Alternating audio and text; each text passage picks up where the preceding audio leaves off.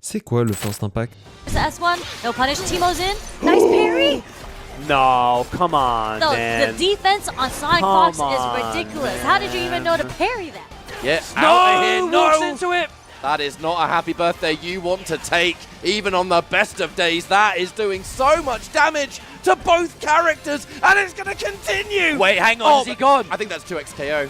I think that might be 2x KO! Oh! 2x KO!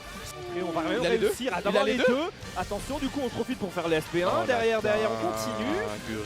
Le deuxième, et ça, c'est la phase qui nous a fait tout à hier, non? Un petit peu, On ça part y sur ressemble Yasuo et on vraiment. va en finir avec Ah. la tornade et on va peut-être tuer les deux en un seul combo et ce sera un 2x KO de la part de Wawa. Le First Impact est un programme de parrainage de tournois communautaires mis en place par Riot Games. Son objectif est d'aider au financement de certains tournois de la communauté et de les mettre en avant. Il est d'ailleurs fort probable que ce programme évolue en World Tour en 2026, même si rien n'est encore confirmé. Pour cette fin d'année, les tournois parrainés en Europe par le programme First Impact sont les suivants: Set and Reset, eBay Games, Mindset et le Tunis KO.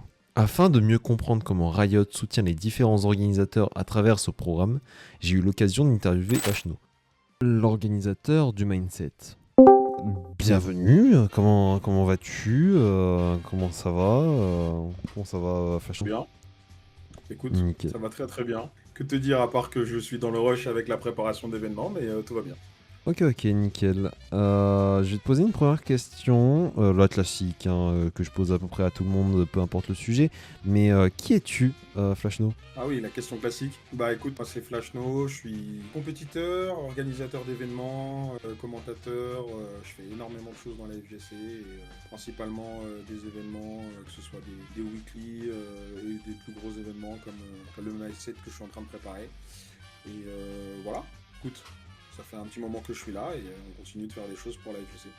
Ok. Deuxième question. Donc, comme tu sais, l'interview, c'est surtout autour du First Impact.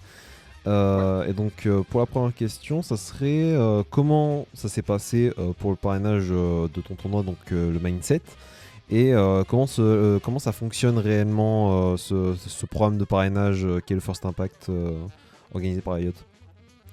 Ben écoute, en tout cas pour ma part ça s'est passé assez facilement. Il faut dire que j'ai été approché par un membre de l'équipe de Riot qui s'intéressait un petit peu aux événements qui se faisaient en Europe et qui étaient surtout aux alentours de la sortie du jeu. Donc dans mon souvenir, je crois que le jeu est sorti le 7 septembre et oui, c'est ça, le 7 septembre. Et l'idée était un petit peu du coup de promouvoir les événements communautaires. Et j'ai eu la chance en tout cas d'avoir été contacté parmi ceux qui organisaient des événements, que ce soit online ou offline. Et j'ai tout simplement été accepté dans le programme, proposé le Mindset comme étant un événement du programme First Impact. Donc je pense qu'ils ont des critères qui leur sont propres. Ils ont essayé en tout cas de promouvoir un maximum d'événements communautaires, que ce soit aussi bien en Asie ou aux États-Unis et en Europe. Et par rapport à ça, l'idée est de donner un boost financier pour, entre guillemets, à mon sens, donner de l'enjeu pour les différents participants. Et voilà, en ayant, à mon sens, rempli peut-être plusieurs critères, que ce soit géographique et aussi par rapport à la timeline de promotion du jeu, on va dire que je devais cocher probablement plusieurs cases. Voilà. Ok. Du coup, je vais passer à la deuxième question. Est-ce que tu es satisfait à l'heure actuelle, en tant qu'organisateur de tournois, de l'engagement de Riot auprès des tournois communautaires et qu'est-ce que tu penses qui pourrait être amélioré à ce niveau-là? Je dirais que de mon point de vue, il est difficile d'être insatisfait, dans le sens où personnellement j'ai côtoyé plusieurs éditeurs et c'est vrai que c'est la première fois qu'on a accès à une forme de proximité avec l'éditeur qui est Riot, et du coup le fait de pouvoir bénéficier d'un boost financier pour, entre guillemets, mettre en avant notre événement et surtout comme nous l'entendons, j'ai envie de dire, pour moi c'est une première, et donc je suis plus que satisfait en tout cas de la manière dont les choses fonctionnent avec eux. Mais en termes de communication, ils sont plutôt bons, on peut le dire. Je pense qu'ils ont répondu à une grosse attente. On a eu pas mal de périodes sans communication, mais mais des périodes, on va dire, qui nous ont tenus en haleine et au final, il y a eu très très peu d'insatisfaction, en tout cas à la sortie du jeu. Une très très grosse réactivité et proactivité de leur part, sur tous les aspects, hein, que ce soit à la fois sur les parties événementielles ou les parties tout simplement propres au jeu. Et du coup, je dirais que au vu de tous ces plans-là, je pense que pour le moment, ce qu'ils font est très bien. Sur le long terme, j'ose espérer qu'ils continueront de la même manière, c'est-à-dire de communiquer un maximum, que ce soit au travers des différents membres Riot qui sont d'anciens pro players, qui ont la vision un petit peu FGC et qui permettent de faire la passerelle avec nous.